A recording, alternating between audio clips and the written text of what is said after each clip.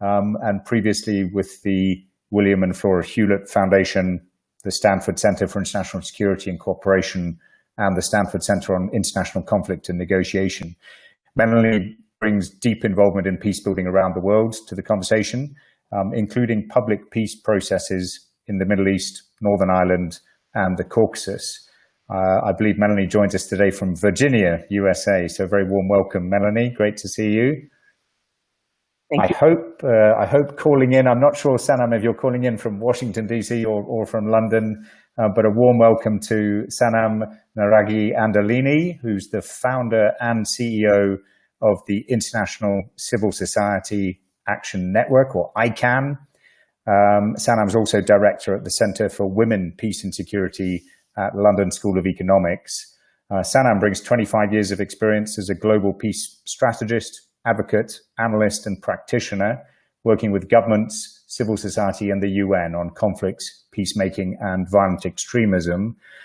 In 2000, she was amongst civil society leaders who drafted UN Security Council Resolution 1325 on women, peace, and security. And it's fair to say Sanam is a leading author, expert, and frankly, inspiration on the women, peace, and security agenda. So a very warm welcome, Sanam. I hope you can hear us okay. Calling in, I think, from Bujumbura, Burundi, we welcome Laurent Kasindi, the Global Program Quality Specialist at Search for Common Ground.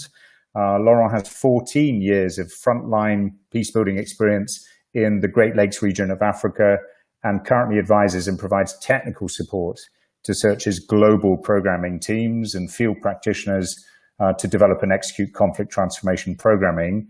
Laurent has a particular interest in conflict-sensitive journalism, media, and governance approaches and peace mediation. So a very warm welcome, Laurent, and I hope the technology allows you both to be seen and heard today.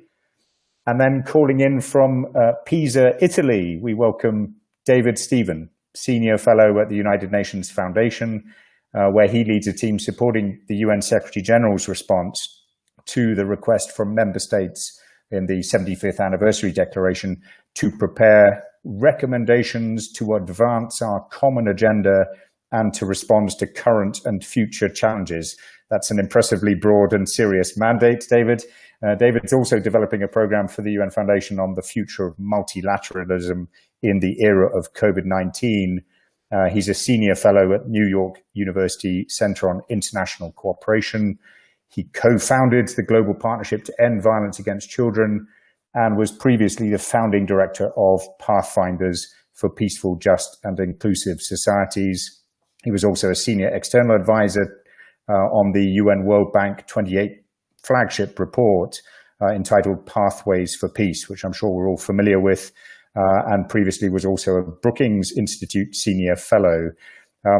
Most relevant to this discussion today, David co-authored the Shooting the Rapids, COVID-19 and the Long Crisis of Globalization report and developed the long crisis scenarios, which we're going to unpack. So a very warm welcome, David, to you.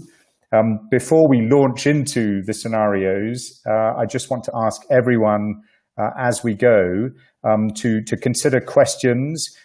Post them, please, in the chat box. Try and keep the questions as short and concise as you can, because we're going to try and allocate a good amount of time to get through as many responses as we can.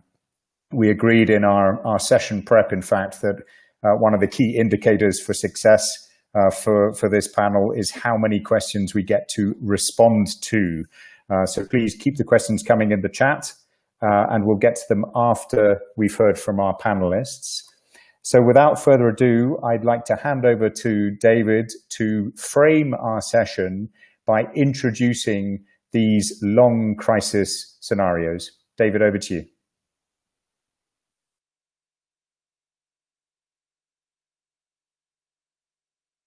David, you're on mute, I think, still.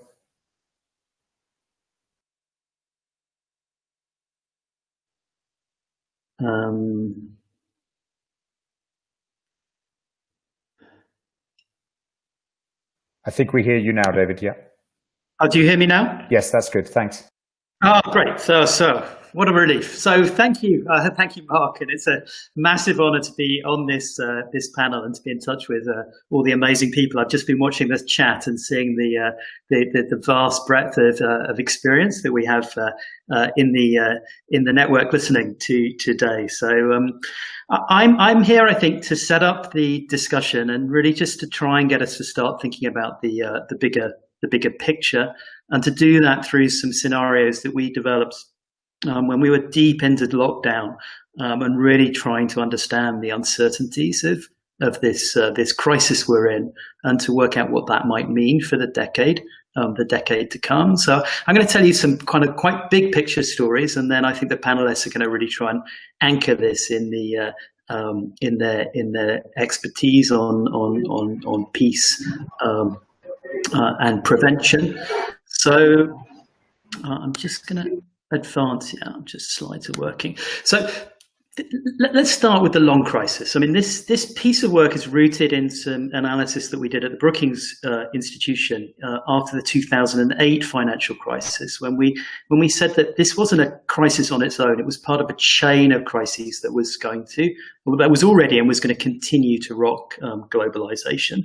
And that we lived in this interdependent world that was very vulnerable to longer term stresses, so demographic change, technological change, climate change, etc. Sudden shocks that really changed the game almost overnight. Deliberate disruption from state and non-state actors, and our own neglect and stupidity, our own failure to invest in resilience, to invest in prevention, to really stand up to the crises that we find ourselves in. And our central metaphor is the metaphor of shooting the rapids, that we are in this boat. It's being bundled down the river at very high speed, and it's the river, not the paddlers in the boat, who dictate the pace of change. In the rapids, even the best outcomes are messy. This is not a time for elegant solutions. And the central challenge is, can the rowers in the boat find a way to start rowing together to steer the boat towards safety? So this was our framework, our long crisis analysis in more than a decade ago now. And then COVID strikes. And we begin to update the long crisis to reflect this new emergency, this new shock. And there's a report, as Mark said, called "Shooting the Rapids," and then some scenarios about the future that come out of this. Now, it's a statement of the obvious, but this is a time of radical uncertainty.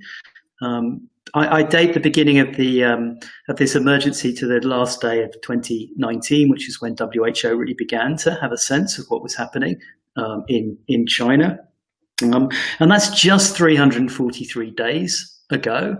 And in that time, almost all of our assumptions about what the 2020s would look like have been seriously challenged, in most cases overturned.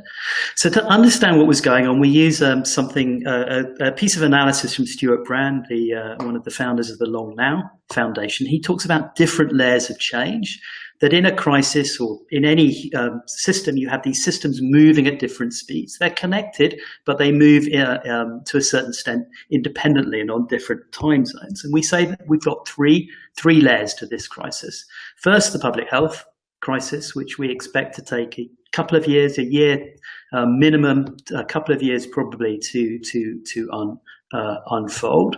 And we're still in the midst of that crisis. The second wave of the pandemic is yet to peak in some countries, and it's really quite unclear what will happen over the coming months. But we do begin to see the potential for a vaccine to bring the pandemic under control. But how fast, where, who's going to get access to the vaccine, how well it's going to work, all still big unknowns. Secondly, then we have the economic crisis.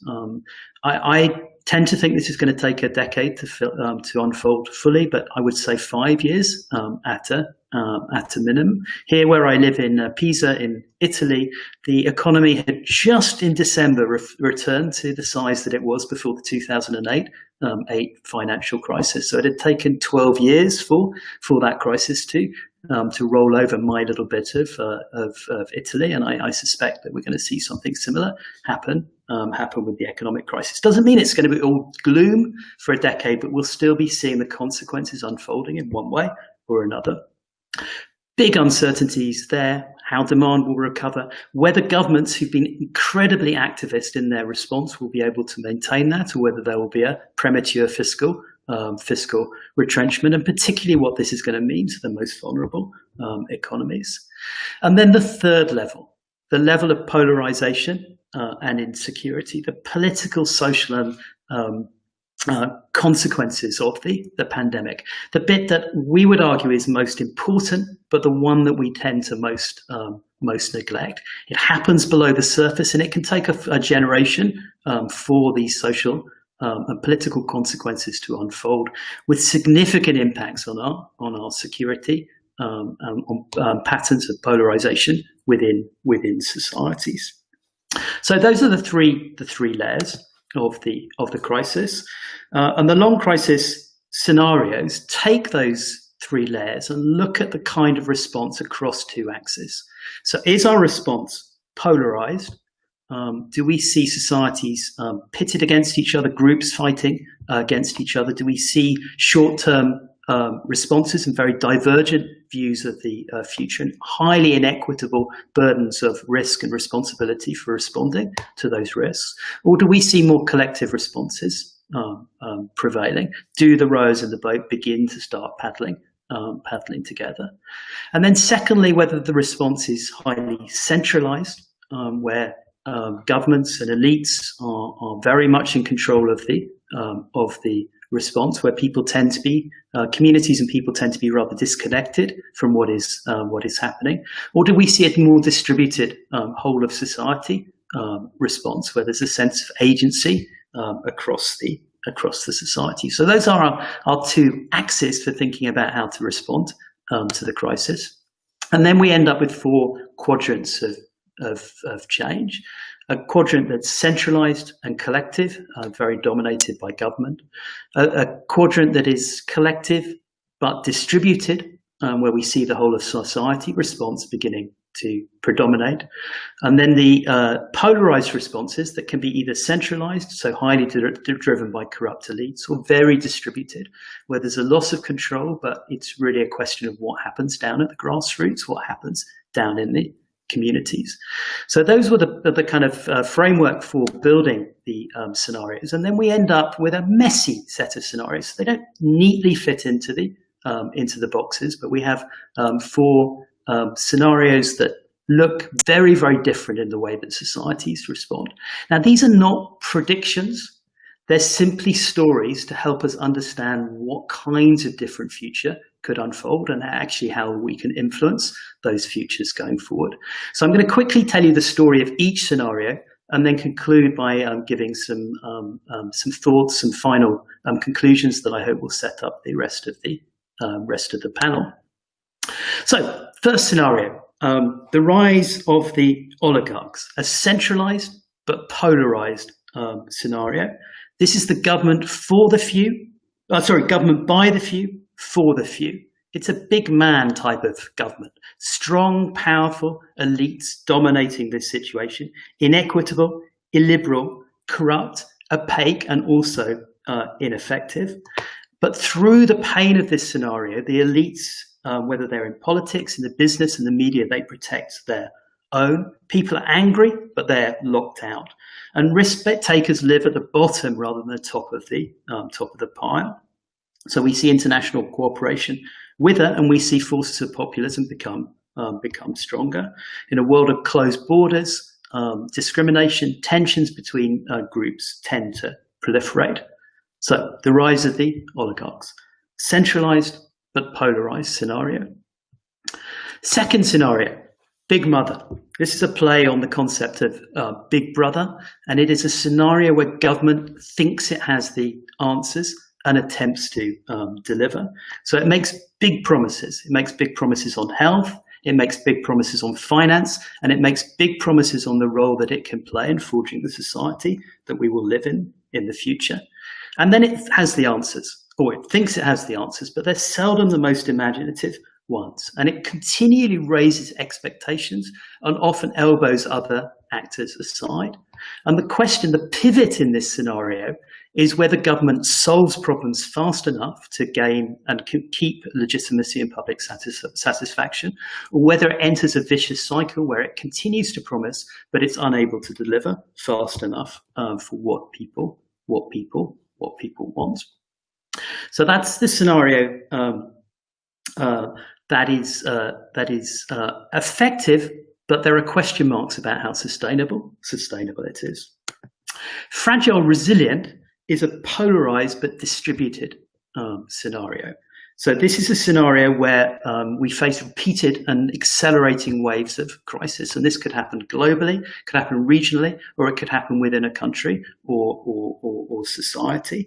The state in this situation finds itself basically playing a game of Tetris. It's constantly firefighting, and it's not able to catch up and make strategic and longer term decisions.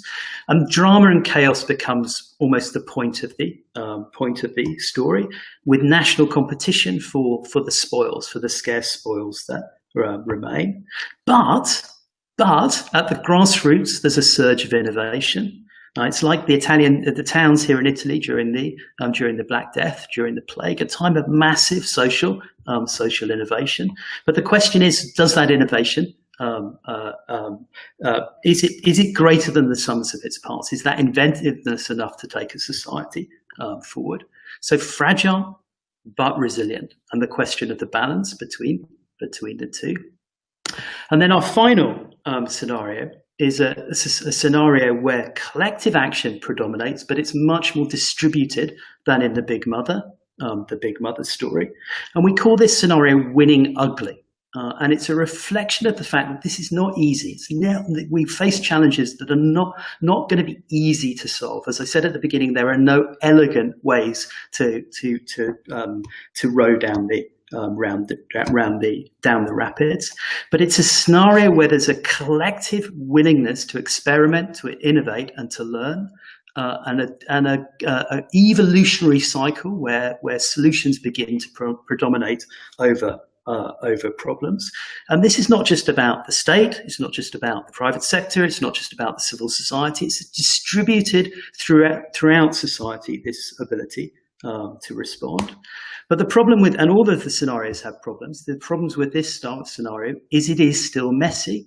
So can the actors in this scenario maintain the support for long enough in order to deliver results? Or do we see what happened in 2008, which is where there was kind of a year, 18 months of really quite an effective response, but the key actors didn't stay the course. Just when they needed to double down on their efforts, they began to withdraw the support. So 4 very different stories and very different scenarios, and I'll put the link into the chat afterwards. This is a part of a 60-70 slide deck that rolls out this in much more detail. So quickly to my conclusions. I can see Mark probably is trying to hurry me up. First of all, I think the security issues are going to be a very, very big deal in the next year, in the next 5 years, in the decade that comes. And the question is how we respond to that thirst for security and safety that people are going to have in their everyday lives, in their communities, in their societies, and in the global community. So I think this leaves us with 6 questions. First of all, how bad are the patterns of corruption and patronage that we see in the oligarch scenario, and how much do they corrode the social contract that underlies societies? Secondly, if we see, as we are seeing in many countries, a very activist role for government, can they keep the promises? Can they maintain public support? And can they avoid crowding out other actors, or do they create disappointment? Thirdly, does fragility spread? I mean, I know not everybody's happy with that term, but do we begin to see patterns of fragility everywhere? So not in a subset of countries, but deep into the fabric of many types of society in this world. And does government begin to teeter from crisis to crisis with very bad effects on societies, but particularly the groups that are most excluded and left behind? Fourth, Does local resilience matter? Does it really begin to scale up? Do we begin to see the upsurge of volunteering, of social activism that we see scale up and become sustainable over time? Fifth, what kind of partnerships do we begin to see emerging across societies that can sustain a long-term response to the challenges we face? And then finally, and I think the most profound sense, do leaders go for them and us thinking? Do they fuel polarization? Do they set groups within their own societies against each other, and one country against another country? Or do they favor narratives and policies and programs that further larger us narratives that recognize that we're all in this together, but the impacts are very unevenly distributed, and that we need to respond in a way that tackles the exclusion and the grievances that we know otherwise will undermine our societies? Thank you, Mark. David, thank you. And I really want to congratulate you on the work that went into these scenarios and the development of them. I think it's very timely that we're using the scenarios as a frame as we examine peace building in the current context. You've presented, I guess, two sort of layers through which we can sort of look at our everyday experience in different corners of the peace building system. One is the fact we've got these three crises layered one upon the other: the pandemic or the public health crisis, the economic crisis, and then the perhaps deeper polarization crisis. I'd like to share a poll with our audience, which invites everyone just to think through, in which of these three crises do you think peace building has an important role to play?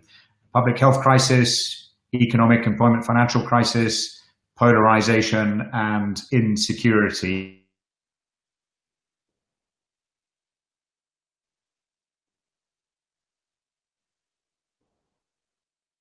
And that's just a way of us getting an immediate snapshot of where we think peace building has a role, because it's all very well just as an intellectual exercise, us thinking about the context we're in, but we really want to orientate the conversation to action, and in our different corners of the peace building system to work out where can we have relevance and what resources and inspiration can we bring to bear.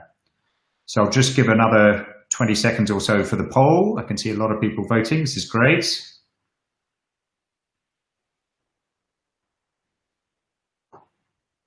Few more seconds. I see still some more voting going on.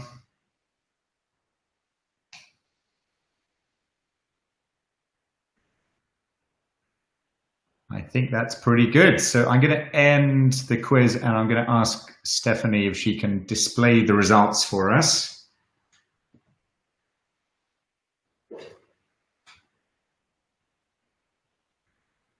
So there we go. 63% had public health crises, 65% the economic, employment and financial crisis, and 94% of significant answer on polarization and insecurity. Perhaps not unsurprising.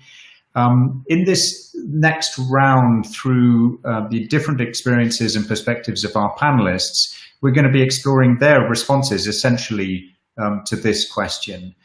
To tell us how have the three interrelated crises, the pandemic, the economic crisis, and the polarization crisis, really impacted their peace-building work and their peace-building organization. And to kick us off on that journey, we're gonna head to Bujumbura in Burundi and ask Laurent to share his perspectives on how these crises have impacted the work of Search for Common Ground, and in particular, their programming in the Great Lakes region of Africa. Laurent, over to you. Thank you, Mark, and I really hope that people can hear me. I would like to apologize first for not being able to activate my video. I'm talking from Bujumbura, and I'll start by a kind of anecdotic thing that happened this year in April. Beginning April, when a first case of COVID-19 was reported in Beni region. Beni is a region located in eastern DRC, very close to the border with Uganda. A major synergy that what we had put in place at Search for Common Ground in the past to coordinate the coverage of the Ebola was reactivated by the same radio stations without waiting for Search to come and take the initiative. For me, this is an example of how existing investments and lessons learned in our peace building work have proved useful in responding to the COVID-19. Of course, the situation created by the rise of the COVID-19 was quite different. For example, talking on the public health side, at the beginning, we saw the denial of the disease by some political leaders in some Great Lakes countries. This situation led to the rejection of the preventive measures and the creation of an environment of rumors and conspiracy theories. I can also mention that on the economic side, as you know, the Great Lakes region is composed by countries which are some of the most fragile economies in the world. And the created a situation of scarcity of goods on the market. As you can imagine, in that situation, people were frustrated, and we saw a high level of aggressivity, some cases of violence in human interactions. And also, the economic crisis has also created a justification for corruption. And even in the way the funding to respond to the COVID-19 was used and managed. And also, we have seen really some cases of exclusion of some minor groups or some social categories. On the conflict and insecurity side, from an African perspective, I would say the particularity of the COVID-19 is that it strengthens the whole world and seems to be attacking the elite first.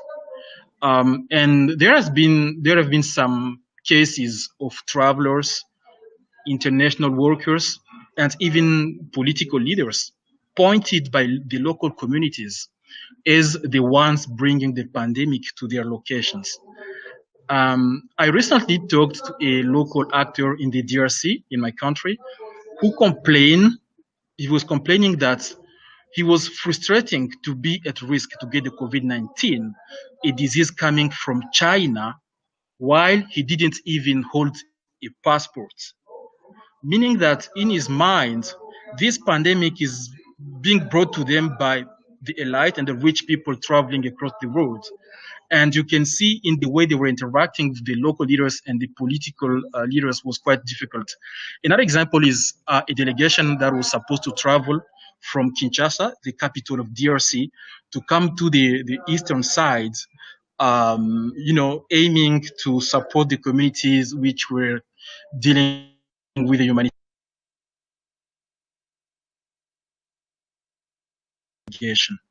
Once again, showing how high that rejection was, and the accusation that only the elite were bringing the pandemic to the villages, and in my perspective, people were also staying in that mood because they knew that if the pandemic was coming with the elite, but if people were infected, those elite would more likely access the high quality treatment.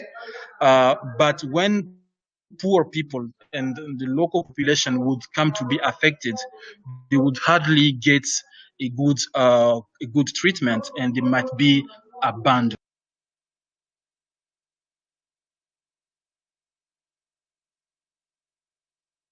Is elsewhere in the world.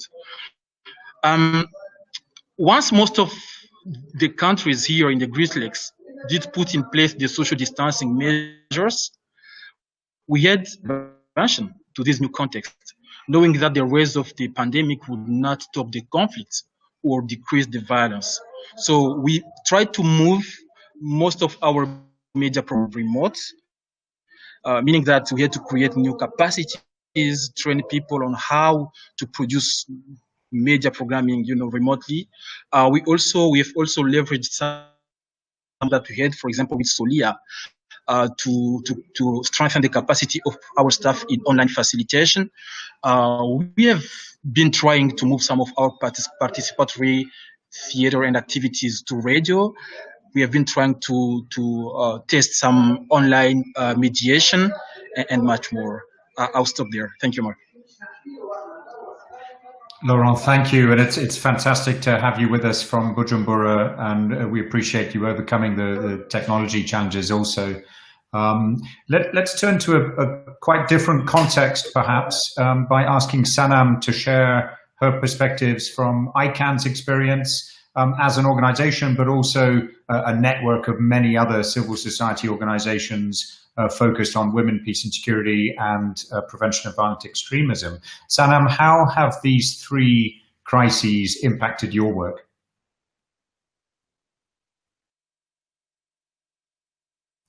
Please unmute, Sanam.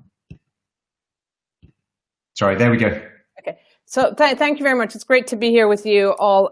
First, I would reorder which came first, right? Because in our work on looking at the root causes of violent extremism and factors, and we have a report on this. One of the things and based on research that we did over the last actually 10 years, one of the things that we know, what we've noticed and noted, is that the economic crisis, the rise of what I call extreme capitalism, going back to structural adjustment that has basically gouged out health and education and welfare and all these things around the world, it was the sort of the grounds on which we saw the rise of other forms of extremism, the identity-based extremisms, basically, and populism in the Western context, as we call it. And then the health crisis has come and really kind of just been the last layer of this damn cake that none of us really wanted.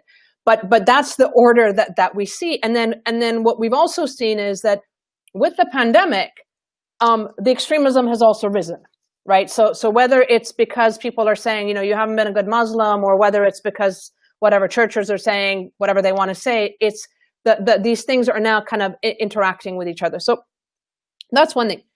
Institutionally, what did we do? Well, our starting point, can you hear me? Maybe I'm... Yes, we hear you well. I just turned the camera off to save bandwidth. Yeah. Okay. So institutionally, ICANN as an organization from the outset, we've always had a very light footprint anywhere we've been. So number one, we have a very small office. My staff and my team, all of us have been used to working from home and remotely anyway, because we didn't want to have overheads. So we were kind of fairly agile in the first place. We have a network, which is a network of independent organizations. So we don't have offices anywhere. But we do have partners in over 40 countries, and they are all rooted in their local organizations. We have a grant making mechanism. We have something called the Innovative Peace Fund. So we've been doing grant making for our partners and a system of enabling resources to get down relatively quickly. When this crisis hit, I looked at it looking back over many years, and one of the things that I remembered was in 2012 when the Syrian crisis hit and the humanitarian crisis emerged. The first thing that we all felt was that our donors basically cut back, defunded peacebuilding and development, and that little slice of peacebuilding was basically defunded, put the money into the humanitarian space, and of course women's organizations, which are the smallest anyway, got really badly impacted.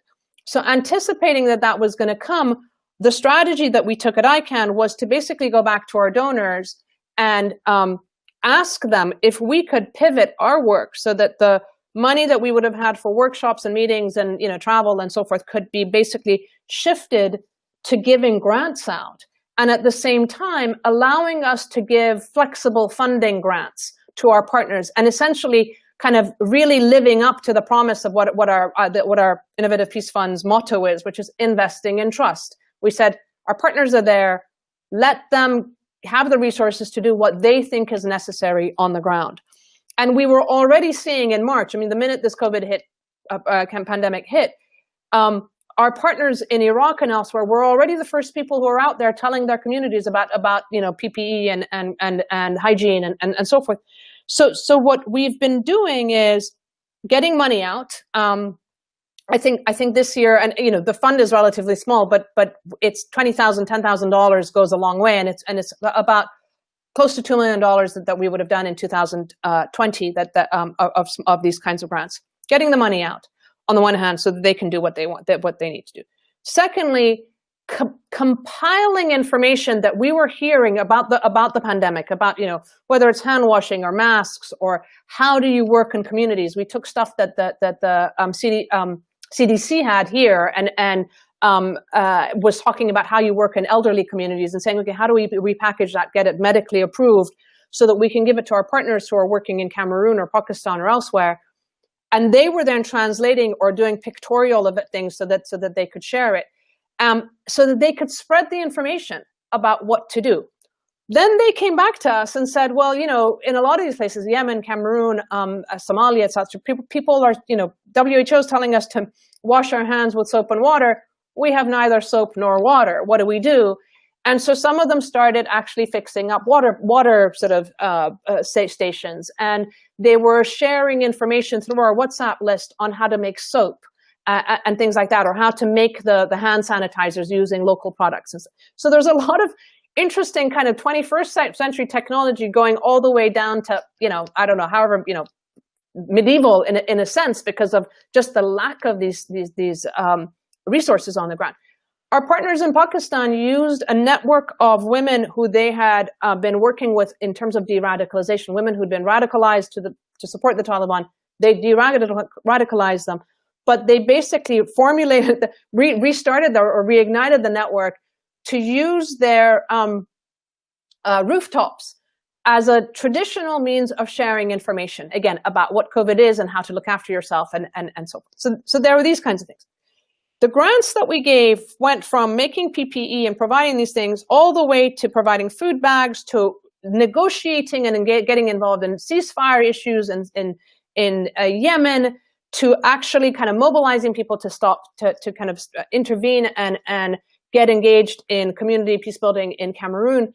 So essentially, and I'll stop there. Essentially, what we've seen is that when you have peace builders on the ground who already have access, who already have trust, who already are known, they are critical messengers. They are trusted interlocutors for government, local government, and for the community to actually be the conduits for the messaging when everybody else is mistrusted or governments are mistrusted. So that was really important. Secondly, when you give them the resources, they just get on and do it. They're not waiting around for the international community. And lucky that they did, because guess what? The international community, when it did come into the mix, again, has been gender blind in everything that it's done. So these organizations wouldn't have gotten the money in the second place. So we're really happy that that's going on. The third element of our work was, as we're doing all this supporting the groundwork, we've also been doing a lot of social media and stuff. So we've had 36 meetings of our partners on Zoom. We invited the entire Security Council to come and meet with them. We've invited government officials, ministers from all over. So it's actually been an interesting way of bringing officials to meet our partners and hear directly from them. And we've been advocating strongly about the importance of going back to that local resilience and support for the local organizations on the ground so that the funding doesn't get cut, and seeing that it's not about new money, it's really about allocating money effectively. And we produced 3 reports this year, all of them sort of related to this. One is recognizing peace builders and kind of how do we make sure that they're sitting in the rooms where, from peace processes all the way down, track 1 all the way down, protecting our partners because they're being attacked because of the rise of extremism and this rise of authoritarianism, and then equitable funding. And all of these reports are available if you'd like. But it's been a very busy year, but at the same time, really interesting in terms of really showing how extraordinary local actors are and how much we all should be honoring all of them for what they're doing. Thank you very much. Sanam, thank you. And I think that, look, both the remarks from Laurent and his perspective and your remarks through your network are essentially giving us the same messages, that even before COVID, the investment in peace building, building the local trust at civil society level, provided that capacity that when a crisis hits is really essential. And I think, the challenge, the irony is that we expect with the economic crisis very significant financial challenges for the civil society sector. I want to share a few perspectives from the Generations for Peace corner before turning to Melanie to give her perspective essentially from the donor universe. And I think the experience of Generations for Peace really echoes what Laurent and Sanam have said.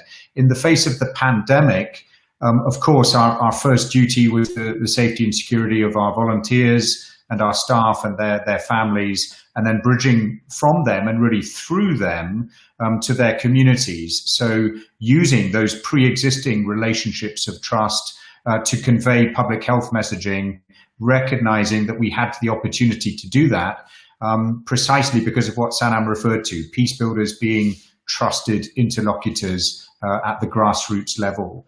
And simply staying in touch with people under lockdown conditions in different contexts around the world was also very instrumental in maintaining contact for well-being to address the risks of mental health and psychosocial challenges as people were facing very significant dislocation in their daily lives.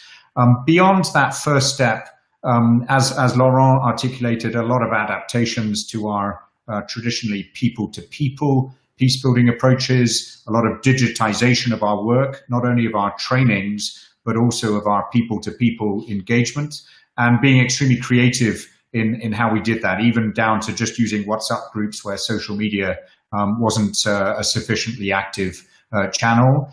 And as we saw lockdown conditions begin to lift, in implementing face-to-face activities, but with appropriate safety protocols. So smaller groups, sanitization, physical distancing, and changes to our sport-based or arts-based activities when it comes to using objects and passing things between people. So even under these current conditions, we're seeing across different contexts, some face-to-face peace building remains possible, and it's extremely important to remember that. I think the economic challenges we're only seeing the beginning of, and we're extremely concerned about that, both in terms of the increased need in communities. As communities and households are under economic pressures, we are already seeing resort to extreme coping mechanisms, including child labor, early marriage, and these pressures are only going to increase. We've also seen a significant rise in domestic violence, even just here in the city of Amman, up more than 30% since COVID really began in March here. The economic crisis is obviously hitting every government at national and subnational level, so public service delivery is going to suffer, and again, we're only at the beginning of that. And then civil society and the funding to civil society, as Sanam has mentioned, most donors are not as enlightened as I can, and I think we're really seeing the economic impact of COVID as an extinction event for many civil society organizations at the grassroots. And this is the irony, that at precisely the time when we need the capacity of these grassroots actors on the ground around the world, we're going to see that a tremendous loss of systemic capacity and a backsliding on decades of investment that built that capacity over time. To turn to the polarization threat, I completely agree with Sanam. This has long preceded COVID. COVID has in some ways accelerated that trend. I also think the public health emergency and then the economic emergency, these are really assaults on our cognitive abilities as individuals and as communities and societies. And under that sort of pressure, there is that simplification, the collapsed complexity. We're not able cognitively to bring all our resources to bear to figure out problem-solving solutions. And we're seeing more and more of the resort to a simplistic us and them binary type analysis. That pre-existed COVID, but certainly the pressures of COVID and the economic crisis appear to be accelerating it. And I think the word trust has popped up a lot already. And I think when we just look at trust in government, with a crisis like a pandemic heavy dependence on national governments, in some ways over-dependence, and we've seen the critical inputs of civil society actors. But the experience in Jordan, as Jordan put in place one of the most severe lockdowns at the beginning of the pandemic from March through to May, with very strict stay-home curfews, government popularity and trust in government was hovering around 80%. And then as the conditions were lifted and COVID numbers inevitably started going up, trust in government has dropped and plummeted down to around 20%. So these are big swings of the needle in the relationship between citizens and government. But I think a common thread through each level, from households, communities, civil society, subnational government and national government and institutions, is the importance of leadership and of building trust. And we all have a role to play in that. And I think peace builders and the peace building sector must continue to try to double down on both those things, supporting leadership at every level and building trust and using the resources of that social capital in times of crisis. So with that perspective from Generations Peace, I want to turn to Melanie to offer, again, a different corner of the peacebuilding system, the perspective from a donor position with Humanity United and their work as a foundation supporting enduring freedom and peace around the world. Melanie, over to you. Thank you so much, Mark, and thanks to all of my panelists. I feel I can actually drop the mic now because you have raised so many of the points that I was planning to speak about. I also want to apologize for joining you from my couch. I am recovering from a broken ankle, so need to sit here and not at a desk. I clearly have no ring light, so apologies for that. But I would like to talk about what it means to be a donor who is committed to local peace building, but also committed to a global system that is responsive to those needs. And how can we support all levels of that system at what is truly an existential moment, not just economically, as you mentioned, Mark, but really as a field of peace building? How do we address the magnitude of the challenges, David, that you raised in your remarks? And how do we do that with do no harm approaches? That we're acutely aware as donors that we don't want to replicate the power dynamics that in many ways have left the world so vulnerable to the effects of COVID. So agreeing with all of you that COVID was really an accelerant to trends we've already been focusing on. And what we're seeing now is a wildfire and not a bonfire. And how do we put out those flames? We've been very encouraged, of course, to see the role that local actors have played in responding to COVID, much as Laurent talked about building in those reflexes and practices we built around Ebola. But we also realize that how we support work at this local level can influence global response, that it's not always a global to local vector, but how can we really accelerate the vector from local to global? One of the biggest challenges as a donor that we faced in a time of COVID was collective action among funders. And in the peace building space, as many of you know, there is not a lot of collective action among donors. It is highly siloed. So I saw it as a very positive trend that the Peace and Security Funders Group brought donors together to talk about what a more collective understanding of the crisis would look like.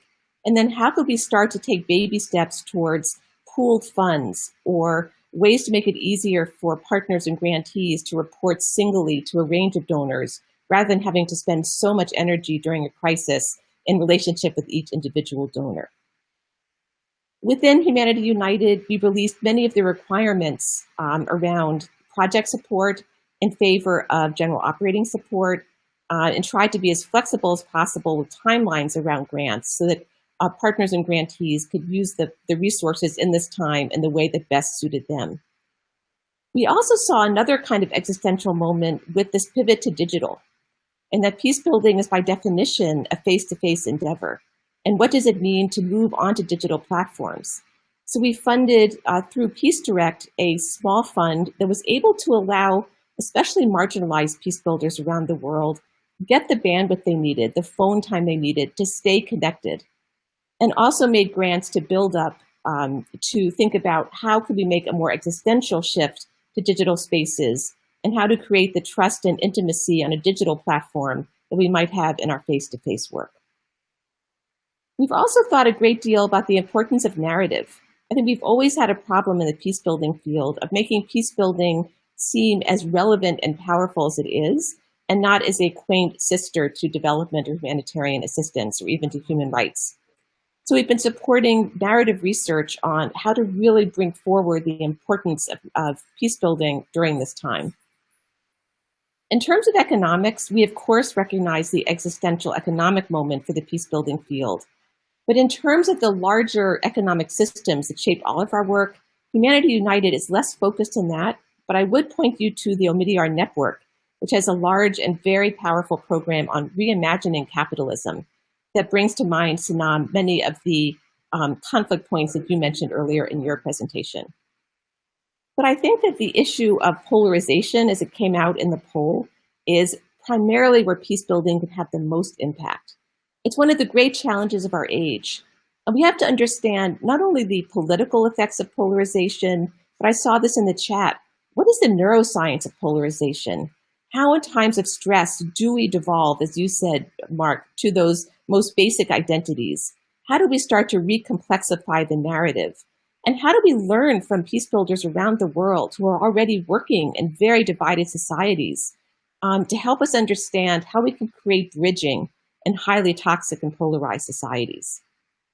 But along those lines, I'm seeing a real tension now in a way that I haven't seen in 10 or 15 years, a tension between a human rights-based approach and peace-building approaches to polarization, where it's almost seen as illegitimate to bridge divides in polarized societies, that somehow by reaching out and creating bridges, that you're going to somehow cede the floor to illegitimate actors or people who violate your very ability to live in the world or your very basic identity. And I think that as a field, we really have to navigate that dual challenge as we think about how to carry peacebuilding and bridging focuses with a really strong emphasis on rights and justice. Thank you. Melanie, thank you. You've posed a very serious challenge for us, this framing of human rights approaches versus peacebuilding approaches. I would hope that space can be found in the field to have some collaboration. To bring in the second poll, which is going to turn us to look at the 4 scenarios that David articulated. So we've looked at the 3 crises and how they're interrelated. David sketched out 4 scenarios, and the question on the screen is, which scenario do you think may unfold where you live? Let's give just 30 seconds or so for people to vote there.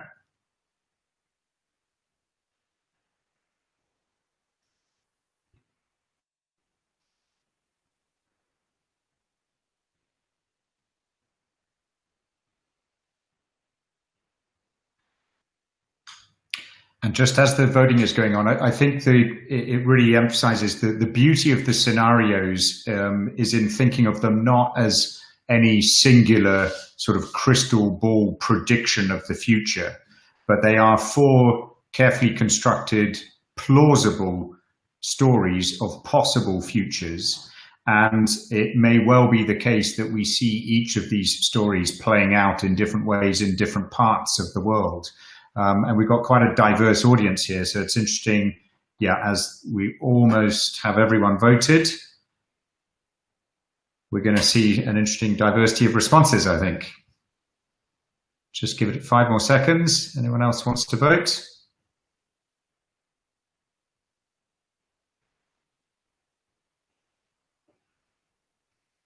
I see a couple more stragglers.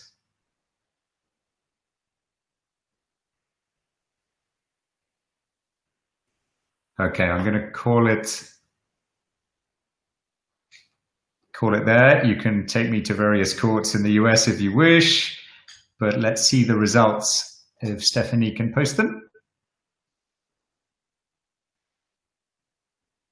Wow, so very, very interesting. We had 94% voter turnout, which I think we should be happy with.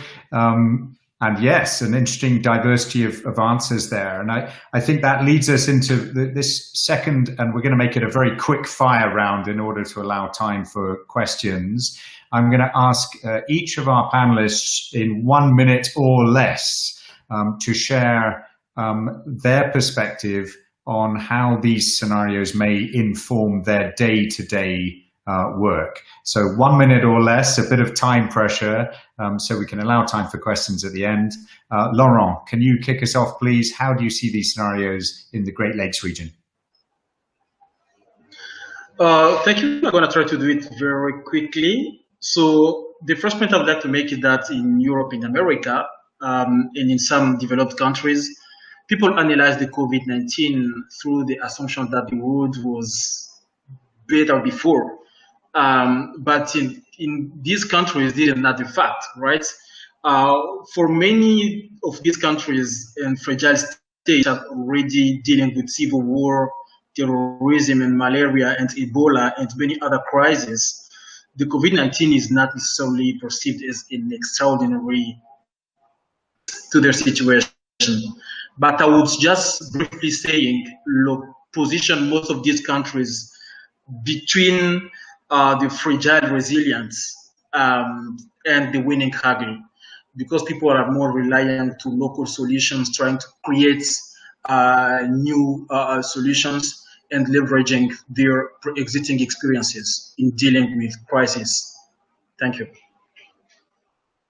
Laurent, superb, short and concise, and great to get that perspective from Great Lakes region. Let's turn to Sanam. What do you think from your perspective, Sam? Perhaps the perspective of your members. I would concur with Laurent that you know, on a good day, I'm dealing with fragile resilience in most of these places, with a touch of a spike in the rise of oligarchs. I mean, if you look at what's happening in Syria and in Turkey, and you know, I'm Iranian by background. It's been 40 years of my life. And actually, that's coming. That's not just there. I think the whole question of oligarchs, or the government for the few by the few. Brexit is one of the outcomes of that. You know, the Trump administration. So it's not just over there. It's also a lot of over here. So I see a little. To me, it's we're dealing with all four of these actually in a lot of places. It's kind of a dynamic that goes on. Organizationally, again, my role, right? I mean, the way I see it is we have to sustain and keep our partners going as much as they can, and we have to reimagine, or as peace builders internationally, our job is to imagine an alternative scenario, the scenario we want, and work towards that. That's how I see it as a peace, in my work as a peace strategist or as a peace advocate, that, okay, there's the ugliness and all the awful things, but those of us who have the privilege of sitting in more comfortable settings should be listening and then imagining what's the future we want and work towards that. Otherwise, we're going to end up with just circling around those four terrible ones. Superb. Thank you, Sanam. I'll throw in my 2 cents worth. I agree. I think that we're seeing in different countries that Generations for Peace has programming in a mix of the different scenarios. If I can be provocative and suggest, you know, here in Jordan, there might be a tendency for sort of more autocratic responses in a time of crisis. There's certainly the good sort of infrastructure to be able to do that. And as we saw with the initial response to COVID, 80% trust in government. I think, however, as the economic crisis starts really biting as we get through next year, I think we're going to end up more and more out in communities in a fragile, resilient zone. And that may not be a very comfortable place at all. The resilience aspect may be quite small and the fragility aspect may be quite high. And I think it's incumbent on us as peace builders to see how can we support communities to move sort of upwards out of that scenario towards something that may look more like winning ugly. And I don't think we can expect better than that, no matter how optimistic we may tend to be in the peace building space. Let me turn to Melanie to see where she lands amidst the 4 scenarios. Yes, thank you. I would land more towards the fragility and resilience.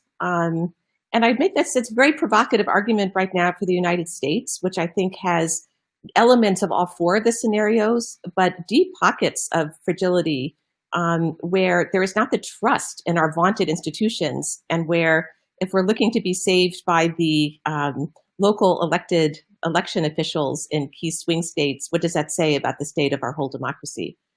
But I'd like to make a point more generally, actually 2 points. One is the importance for peace building of recognizing collective action and social movements. And that's how in these highly fragile spaces, we can start to build horizontal networks and scale the kind of innovation that we're seeing at a local level. And the second is to really understand the effect of trauma on fragility. And if people are traumatized, it's much harder to form those collective bonds and to create the kind of movements that we'll need to really seek stability and to move into winning ugly. Thank you, Melanie. And that resonates with your earlier sort of impulse or call to action for us to consider how can we move from local up to global and support these horizontal linkages. And I think it's hard. All of those networking collaboration efforts take energy, but they also take competencies that may be relatively weak. So I think we all need to recognize across the sector, we've got to break out of silos. We've got to avoid seeing different organizations in the peace building space as competitors and really leverage our collective strengths horizontally, and then working up from communities and grassroots work upwards. Let me allow David to give his 2 cents on where he lands, whether it's from an Italian perspective, David, or elsewhere.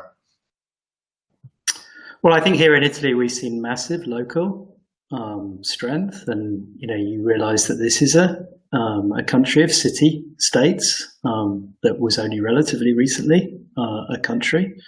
But I do think that if you look in aggregate, you are seeing more of the winning ugly than people often give credit for. There is a struggle. I mean, this is a struggle. There is a struggle underway to find solutions to the problems that we face, and that's in the hard science of developing vaccines right down to the kind of community level activism. And I think what worries me hearing this conversation and hearing particularly hearing the perspectives from Laurent and Sanam is that we know that this, and you, Mark, as well, but we know that this is so desperately needed. We know there's a good chance that if we come back in a year's time and rerun this panel, we will find that there are massive new security threats that we didn't even dream of today. We couldn't predict, but we sense this is coming. But yet our call to action is not being heard. We are not, if countries, sorry, I'm going on longer, but Mark's disappeared. But, if countries had 100 chips, they're spending probably 70 of those chips on public health, 29 on the economic response, and 1 on these social and political underpinnings. And we have to change that balance, and we have to speak loudly. Otherwise, we will look back as we did after the 2008 financial crisis and said this predictable train wreck happened, and we didn't do enough to stop it. So that's what I think the opportunity is now. I hear that loud and clear, and I think all of us on the panel would try to echo that. But Melanie's point, I think, if I can paraphrase Melanie, is that we've got to break out with those narratives. We've got to break out of our peace building bubble. And we've really got to translate some of the technical peace building approaches that we're engaged in day to day into vocabulary that is meaningful and really lands both with the general public and with policymakers. And I know that the work of the Plus Peace Global Peace Building Coalition is one collective effort, perhaps an example of these horizontal collaborations that are more needed in the peace building space. We promised time for questions, so I think to open the questions, I'm just going to bring up the speakers. So if any particular question is directed towards the speaker, we know who to go to. And let's look in the chat box. And as I've been busy emceeing, I haven't had time to really go through the chat box questions. But I see one here from Prabha. Given the economic trends we're seeing, could you speak to the responsibility of the largest economies in the world and the people in these economies, not their representatives alone, and to see what responsibility they may have to other developing countries, other countries that are more vulnerable to the three crises that we've been discussing? Who'd like to have a go at that one? It certainly echoes this idea of collective responsibility. I'll have a go. If I take David's 100, what was it, marbles or whatever it was, I think the bit that we keep forgetting about is the military expenditure. I mean, the fact that, again, I'm living right now, I'm back home in England, and there was a big to-do and a consultation about the 10 years of British foreign policy, foreign development, etc., diplomacy policy. And before the report came out, they've already said that they want to increase the military budget and reduce international development aid from 0.7 to 0.5% GDP. So there's this question of why on earth do we keep shoveling money into the military sphere? And that, I think, links back to this question of powerful countries and less powerful countries, that, the Yemen war hasn't stopped. And in fact, the more desperate our big economies become about trying to get money, the more they're still trying to sell weapons to somebody else. And those weapons are being basically dumped on the heads and into the bodies of kids in Yemen and Afghanistan and Syria, and maybe tomorrow it's Iran, and who knows? It's a huge responsibility. And the danger is this, right? We were talking about human rights. The danger is that extremist movements are recruiting with the narrative and the message of injustice and human rights abuses for men and for women. They're tapping into these things.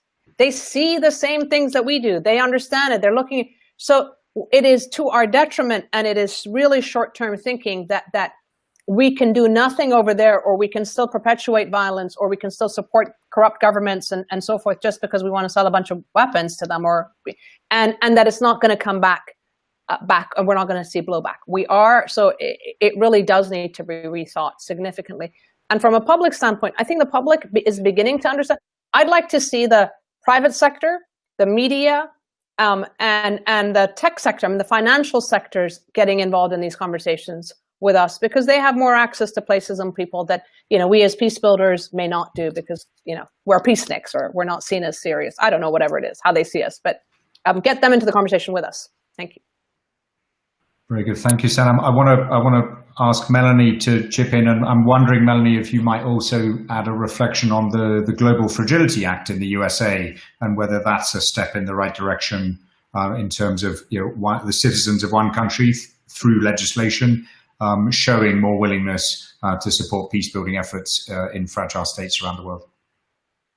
Well, I think the Global Fragility Act is a wonderful step forward. First of all, in integrating peace-building, development, and securitized approaches, which is led by civilians. So I think both symbolically, but actually as a piece of policy, it will be transformative for how the U.S. engages in the world. And with the new administration, I hope that will really be turbocharged. But I think at the time we live in, there's more room than ever for citizens to engage with one another. You don't have to wait for your government to reach out, but just in the kinds of networks that all of you on the panel are engaged with every day, the ability to talk with one another, to understand perspectives, to amplify those perspectives in a positive way on social media, to change the culture of peace. I think we've really lost some of that muscle in the last 10 or 15 years as a field where we've been highly technical. And so how we do that in a much bigger translocal scale, I think, can be transformative in all the kinds of scenarios we're talking about. Thank you, Melanie. I see a number of questions in the chat asking for a little bit more about this sort of intersection between peace building and human rights approaches. Can we spend perhaps a minute unpacking that a little more, Melanie? Well, I would love to hear all of your views, and Sanam and I have talked a great deal about this. But there is often a tendency to caricaturize rights-based approaches versus peace-building approaches, with a caricature being in a rights-based approach, it's about accountability, holding people responsible for their actions, often a kind of legalistic framework. Whereas peace-building, will talk with anyone, even if they have blood in their hands, in order to have a peace. It's not just. And I would forcefully push back against those caricatures. In peace-building, we care very deeply about rights, that all of our work is centered in human dignity. But we are willing to talk with a range of people and also not to talk. That there are some people we might leave out, that it's not that we are completely indiscriminate. And that the human rights community has really come to the idea that at a community level, rights are completely interlinked with peace building. And in fact, people probably would not make a distinction. It's often at this global ecosystem level that we are doing that. Unless we are really thinking about ideas of peace with justice, but rights with engagement, we're going to keep on fighting this battle. And we're seeing it so much just in our families in the United States right now. The idea, well, if you're on one side of the red or blue divide, how can you even talk with someone on the other side because they are just repugnant morally? That's a really hard place to be as peace builders. And I would just add, John Paul Lederach often talks about if you're a bridge builder, you get walked on, and you have to get used to that. Sanam, do you want to add to that from your perspective? I think David wanted, I'd be happy to, but I think David should go first. Sure, David, go ahead.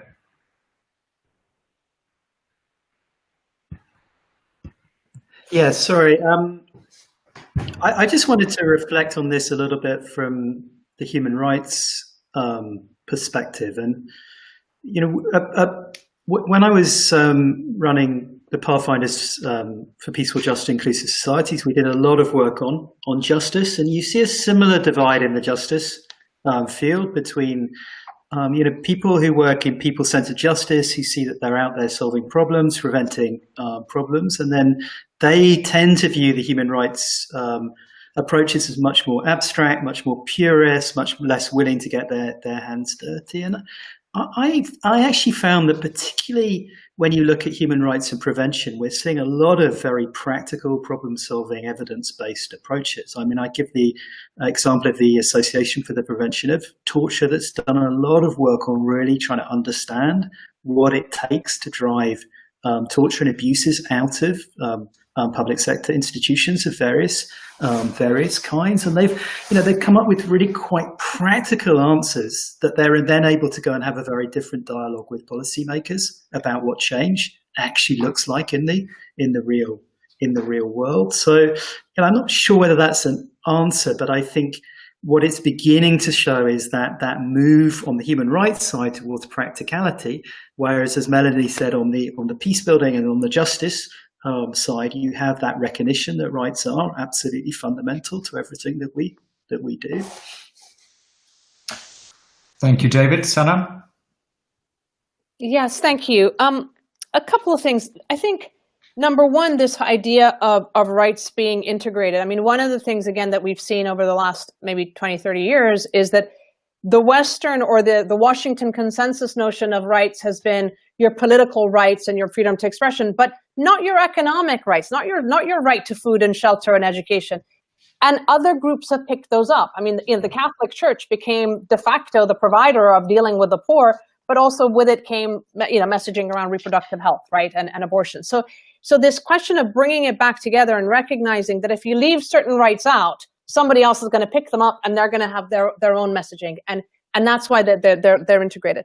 That's one thing. The second thing that as Melanie says, as peace builders, not only we're the first bridge builders, and we are once the bridge is built, it's taken for granted. Peace is taken for granted.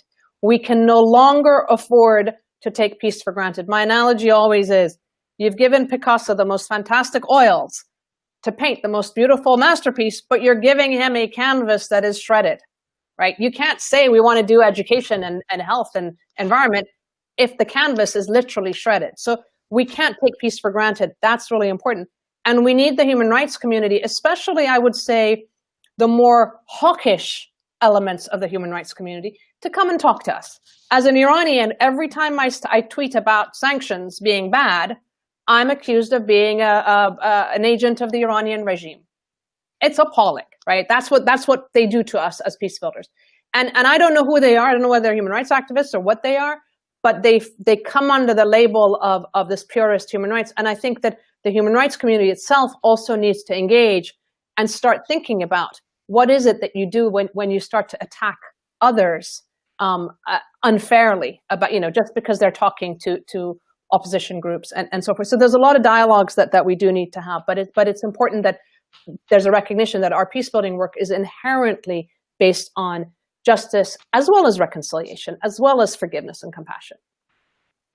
Thank you, Sanam. Thanks, everyone, for those answers. I want to pick up on a couple of other questions. One is about money and just funding for the field. So we've talked a little bit about one clear fight to be pursued is reducing spending on militarization and defense budgets and spending even a fraction of it. Shifting the needle just 1 degree is going to have a very significant impact on funding to the peace building sector. But that should only be one possible option. What other actions can we be taking within the peace building sector to try and resolve what we know is going to be this really significant economic crunch on funding for all of our organizations and all of our work? And whilst our panelists think about that, I'll give an answer just from Generations for Peace perspective, and very happy to be transparent. Our funding this year is down by more than 31%. Our unrestricted funding is down by more than 51% this year. And as I say, we're expecting that really just to be the beginning of the economic outlook as we head into 2021. So I think we are largely dependent in our sort of funding model thus far on restricted grants from donor governments and UN agencies. We expect most of that funding to continue in a reasonably healthy manner, but it can also begin to taper off as domestic governments in their budgeting face much stronger political calls for most of their funding to go domestically rather than on aid and development. I therefore think it's important that we get much more creative in tapping into other funding resources. We're trying to monetize every asset we have, including our intellectual capital, the knowledge, the curriculum, the training and facilitation capabilities that we have, the monitoring and evaluation capabilities that we have, even our physical resources, our sort of conference center venues and so on. But that's really still, I think, fiddling around at the edges. And I wonder if one provocative, more sustainable long-term idea for funding, not only in the peace building space, but in the broader development space, is the idea of flipping the traditional donor model on its head. And instead of donors essentially paying for inputs into budgets that are in these restricted grant agreements, and then hoping that the inputs will lead to outcomes and impact according to some theory of change, and just reflecting for a moment on that model that the risk lies entirely with the donor. They pay for the inputs. If the inputs don't lead to the outcomes and impact they hope, there's no real consequence for the grantee, except they may not get another grant in the future. And that model is extremely labor intensive on the compliance requirements, and so much effort both on the side of the donor and the beneficiary goes into the micro bureaucracy of the compliance around inputs and outputs, when really the whole energy of the system, and certainly the passion of the people on both sides, donor side and beneficiary side, is more properly located at the outcomes and impact end of the spectrum. So the alternative model would be to push the risk further downstream, and for peace building organizations to take the risk and say, we are confident our model works, our activities can deliver these outcomes and impacts. You as a particular donor, particular government, particular UN agency or whatever, you are interested in seeing these outcomes, we can deliver them for you. Pay us if we deliver them. So massive risk on the implementer, but that unleashes all the flexibility in the system. We're not going to get into the micro detail of how we get there. You let us get on with it, give us freedom, and it pushes all of the energy of the system into the results, into outcomes and impacts. I recognize this is, perhaps far-fetched. It needs a significant financial underwriter for most civil society organizations and smaller peace-building organizations. But when we think of collective action, I wonder if that's a conversation we need to be having between peace-building implementers and donors. Could we at least set up a pilot for that sort of model of a completely flipped funding model for the type of peace-building work that we do? Happy to speak more about that in another venue, but let me open it up to the panelists. What are their experiences of creative solutions in the funding space? I'd be happy to, yeah. Go Sanam, yeah. Okay. Yeah, so number one, we've just published a paper called Dismantling the Funding Obstacles to Women's Peacebuilding. And we really go into a lot of the details, the devil in the detail of the funding relationships between big donors, the government donors, the international NGOs, the UN agencies, and then getting the money to the ground. And there's so I would recommend everybody read that and see that. But amongst the things that we tackle are, for example, this question of risk, right? Because so often we're told, oh, the appetite for risk is low. I took a group of women peacebuilders who were dealing with violent extremism to the UK, and we kept hearing the appetite for risk is low. And I was like, who the hell is risky? Is it these women who are getting, maybe 10, 20, let's say $100,000, but risking their lives? So we have to question the assumptions of who is taking risk, number one. Number two, we have to look at the waste. Look at the cigar report from the special investigators of Afghanistan. Look at the billions that the US government with our taxpayer money is wasting. Literally, it's wasted, right? Let's bring that into the spaces. And then thirdly, let's look at our own institutions and think about our overheads and the expensive offices and central, capital cities, and whether we're sending international staff to countries where they don't need international staff, where local organizations are doing the work. And that's the model that we've adopted with IPF. Why should I have an office in Yemen or in Nigeria when Hamsatu Al-Amin is there and Mona Lokman is there, and actually they're going to be there regardless of whether we're there or not, right? So everybody can do their own piece of it, but we have to challenge the governments and the language of risk. And then finally, give us money from the Pentagon, give us money from the military. Don't put development and peace building in one bucket and security in another bucket. Peace building should come from the security bucket. Thank you. Thank you, Sanam. I'm conscious of the time. We're really out of time. I want to bring in Laurent, then Melanie, then David, just for last closing comments. Laurent. Yeah, thank you, Mark. I just wanted to make very briefly a point regarding how the funding system works. So as you know, it's mostly about rich countries supporting poor countries. And if the pandemic is impacting all the countries in the world, I'm scared about the situation where, if it happens, people would have to decide and to prioritize. So what happens if one day people have to decide between Bujumbura, where I am now, and New York or Paris, for example? So I think we should also keep that in mind and make efforts to keep a kind of equality and accessibility to the fundings across the world. Thank you. Very good plea there. Thank you, Laurent, for showing that. Melanie. Yes, thank you. Very briefly, I encourage all of you to listen to Darren Walker's remarks from yesterday at PeaceCon, where he very forcefully argued for more of an accompaniment approach and general operating support. I'd also point you to a report by Candid, which interviewed philanthropists and asked why they are not funding peace building.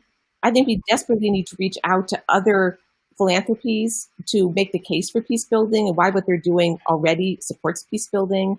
And also, is this the time, of course, for philanthropies to release their endowments and to flood the field at a time when we most need it? Thank you, Melanie. Great references there. David, final comment from you? Yeah, I guess my My big takeaway from this session is the need to get out of the bubble. I can't remember exactly the words you used, Sanam, but this sense that we can't afford not to invest in peace at the moment, but we are going to not invest in peace on the track that we're on. And I think on the finance question, we need to point out that governments spend trillions and trillions of dollars, and peace building work de-risks every single dollar of that expenditure across every single sector. And that is where the benefits are. And so we need to go and build a completely different business case for this work. And I would be really, really interested in being involved in doing that. I want to really thank our esteemed panelists. It's been a great pleasure to prepare for and to be with you on this session today. I want to give a massive thanks to our audience for putting up with lots of technology glitches at the beginning, and for your questions and your comments in the chat. I see a number of references and links have also been shared in the chat. So before you each log off, you might want to scroll through the chat and grab some of those links for reference resources that have been referred to. Lastly, may I really thank Alliance for Peacebuilding for hosting PeaceCon 2020 in such style as a virtual platform. I think the end result will be a reflection that this may be the best ever PeaceCon, but it's been a real honor to be playing a small part of it and to be alongside our panelists today. Thank you all very much.